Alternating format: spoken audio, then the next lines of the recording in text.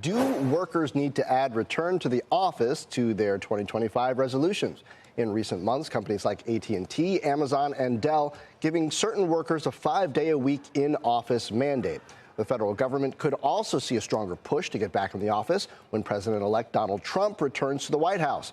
But do companies taking a no-holds-barred approach risk losing top talent? Joining us now is Phil Libin. He is a co-founder and former CEO of Evernote, currently CEO of mmhmm, a video platform made for hybrid work. Phil, welcome. I don't remember another founder at Evernote, but what do I know? Phil, good to see you. So I know you're pro-remote work and all, hybrid work.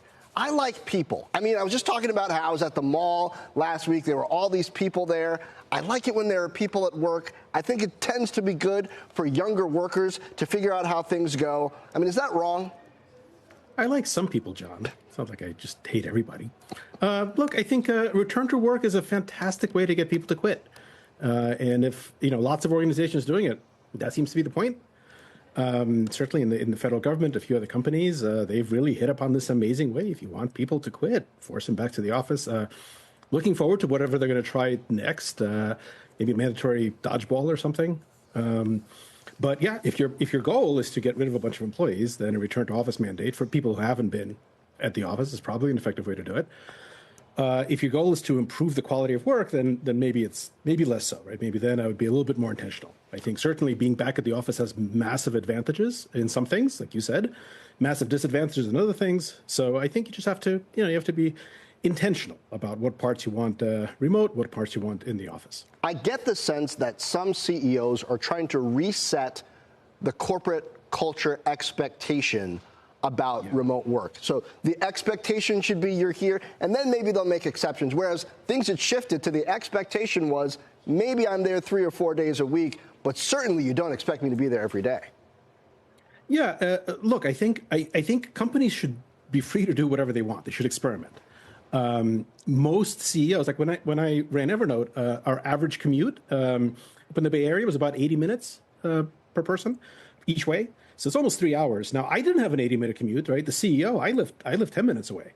And that tends to be the case in a lot of these places. The headquarters are within, a 10, 15-minute commute of the CEO. And actually, like, one of the greatest things you can do in terms of quality of life is to not commute for more than 10, 15 minutes in a day.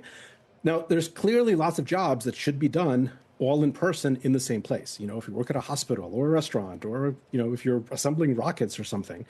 And those companies should be placed in locations where employees can afford to live within 20 minutes. The thing that I think the world should really try to minimize is multi-hour commutes. So like, well, I am never again going to ask an employee to commute to waste 3 hours every single day sitting in traffic. I don't think that's humane. I don't think that's fair. I don't think that leads to high quality work.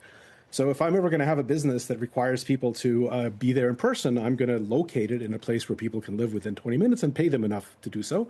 Otherwise, I'm just going to hire people remotely like I have been for the past few years. So, Phil, given the fact that over the last 4 years and 9 months, it really has been this grand experiment in remote work and now in the return to office policies as well, what are the lessons learned? What can be improved upon to actually find a new normal or an equilibrium to this entire debate?